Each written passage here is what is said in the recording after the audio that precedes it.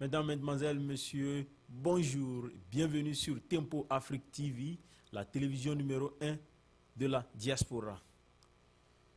Vous êtes dans Flash Info de la semaine qui va nous faire sillonner le continent africain aujourd'hui. Tout d'abord, en Côte d'Ivoire, la première Assemblée nationale de la Troisième République a eu sa rentrée ce lundi 3 avril avec l'ensemble des 255 députés qui ont suivi le discours inaugural du président de l'Assemblée, Guillaume Soro. Suivons à présent le discours de Guillaume Soro en fond. Début du travail législatif en Côte d'Ivoire pour les députés de la mandature 2016-2021. En attendant les projets de loi du gouvernement et les propositions de loi de leurs pairs, les députés se sont retrouvés pour préparer le travail parlementaire à venir.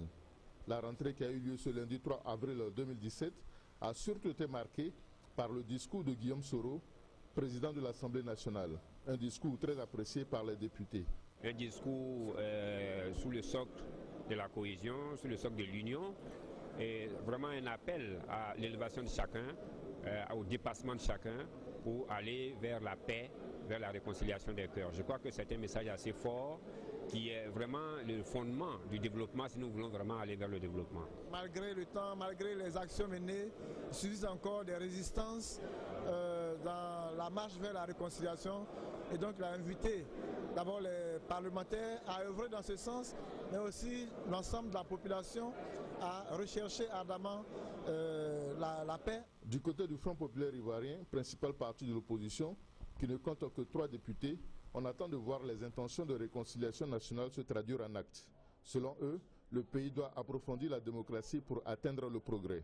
Nous considérons vraiment notre présence à l'hémicycle comme les prémices de ce retour souhaité de la paix dans notre pays, de ce processus de réconciliation et de ce processus politique inclusif qui permettra à la Côte d'Ivoire de tourner la page de toutes les violences du passé et de créer une nouvelle page, une page de paix, de stabilité, d'unité nationale, de liberté, de démocratie pour tous. C'était là les appréciations du discours inaugural de Guillaume Soro.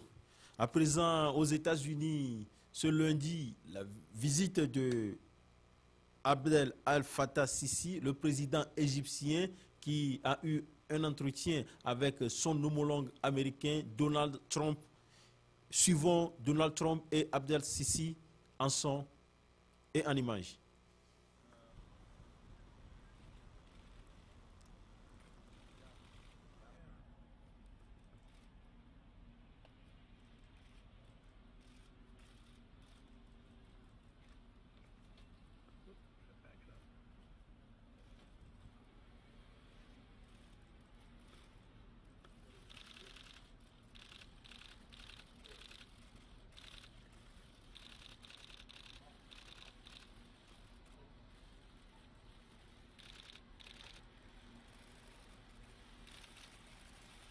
Qui vient d'être accueilli par le tout nouveau président américain Donald Trump.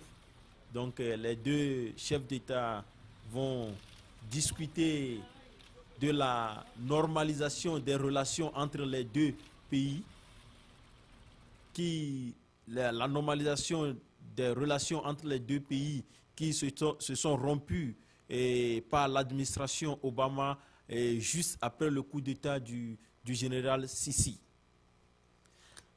En Égypte, toujours, les Coptes d'Égypte ont à nouveau été visés par les djihadistes du groupe État islamique. Le bilan est très lourd, au moins 44 morts et de nombreux blessés. 2 églises ont été visées dans 2 attentats, dans 2 attaques à la bombe.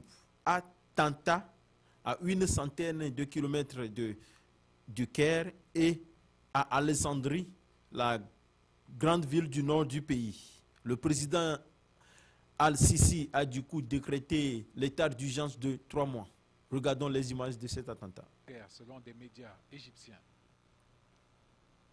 la déflagration a eu lieu durant la messe dans l'église Mars Guigis de Tanta. Elle aurait fait une 50aine de blessés, selon les mêmes sources, au moment où la communauté chrétienne célèbre l'entame de la Semaine Sainte qui commence ce dimanche avec la fête des rameaux. L'origine de l'explosion, qui n'a pas encore été revendiquée, demeure inconnue. Près de 10% des 90 millions d'Égyptiens appartiennent à la communauté catholique copte dans un pays dominé par des musulmans sunnites.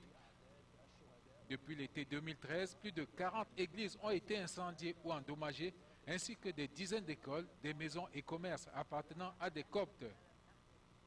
Human Rights Watch dénonce régulièrement le laxisme des autorités sur cette question sensible en Égypte. Il faut noter que l'attentat a été revendiqué par le groupe État islamique. Allons à présent en République démocratique du Congo.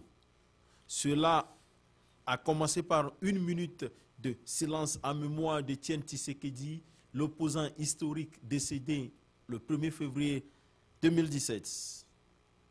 Puis suivi du discours de Joseph Kabila devant les 2 chambres du Parlement. Un discours marqué par des annonces politiques avec l'annonce de la nomination d'un Premier ministre dans les 48 heures. Et ce qui est d'ailleurs été effectif depuis le vendredi dernier, depuis le jeudi dernier, par la nomination de Bruno Tibala Nzenze qui ne fait quand même pas le consensus. Sur RFI, le tout nouveau Premier ministre a tendu la main à ses amis d'hier, c'est-à-dire à ses amis lorsqu'il était dans l'opposition. Il faut noter que Bruno Timbala était membre de l'UDPCI de Étienne Tshisekedi. Nous allons voir l'intégralité du discours de Joseph Kabila à la fin de cette flash d'information. Allons rapidement à Madagascar, où une proche du président Henri Rajoelinarimana a été arrêtée par le bureau anticorruption de Madagascar. Femme d'affaires connue aussi de tous les Malgaches, est aussi un conseiller spécial du président de la République malgache. Son arrestation fait le tour des réseaux sociaux malgaches à l'heure où nous parlons. Allons à présent au Cameroun, où une nouvelle audience s'est tenue ce 6 avril au tribunal militaire de Yaoundé dans l'affaire Ahmed Abba, le correspondant de RFI en langue Haoussa. À la surprise générale, le parquet a prononcé la peine de mort contre notre confrère. En Gambie, le principal parti d'opposition à l'ex-président Yaya Jammeh, le parti, bien sûr, l'UDP du tout nouveau président Adama Barrow, vient de remporter la majorité absolue aux élections législatives d'avril du 6 avril, avec 31 sièges sur 33. Le parti du président déchu et en exil, Yaya Jammeh, a tout de même remporté 5 sièges.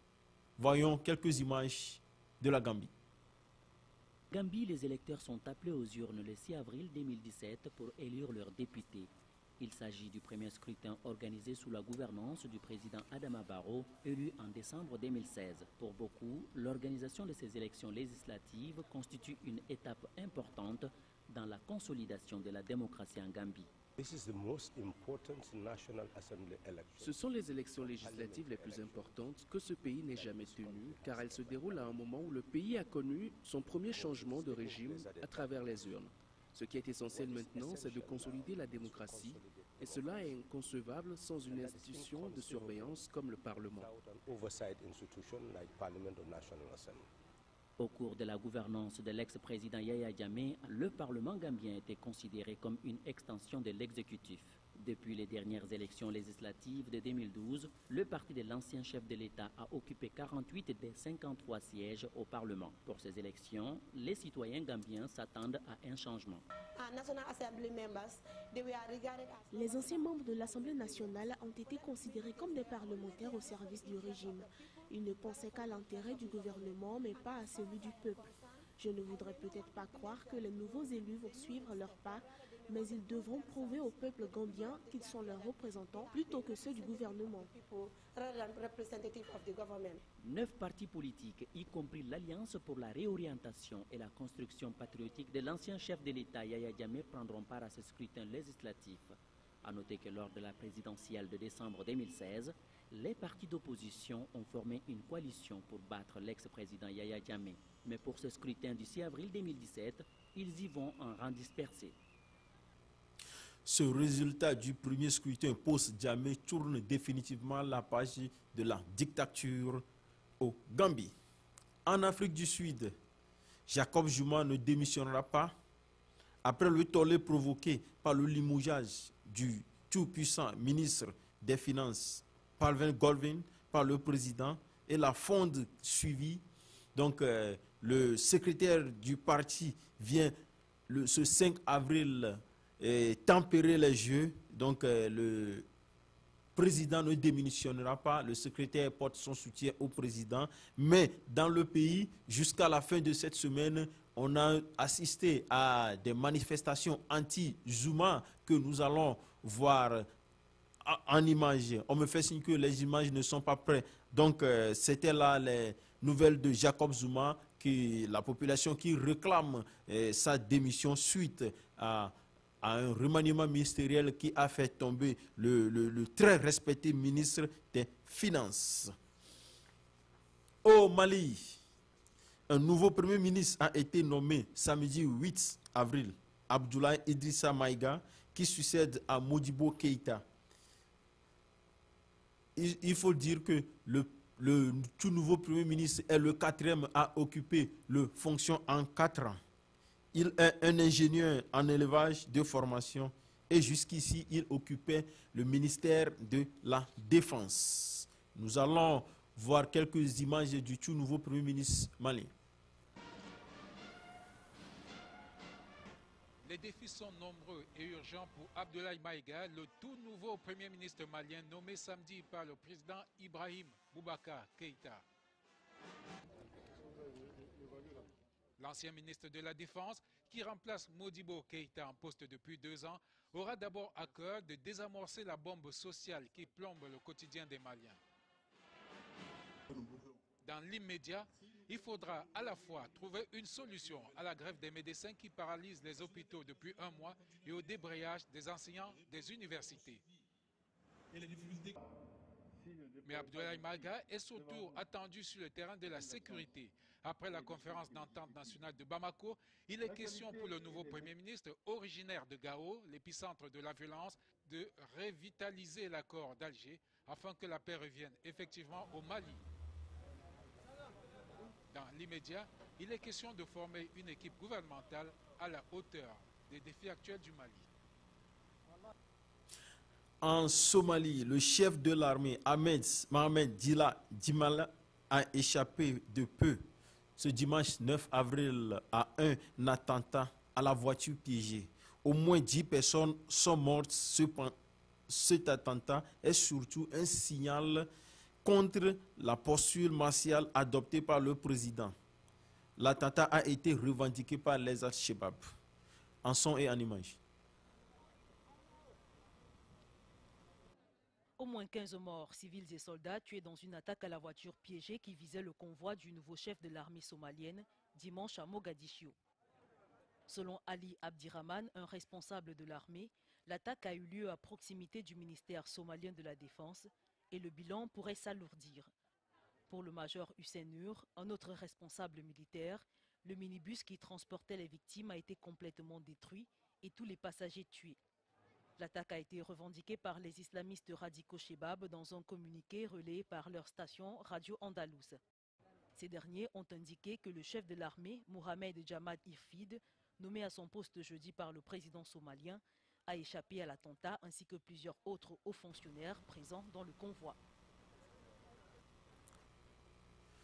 Chaque jour est une vie et travaillons à la beauté des choses. Ces mots sont de Laurent Sadou, notre confrère qui présente l'Afrique Midi sur RFI. Il nous a quittés il y a de cela 2 semaines.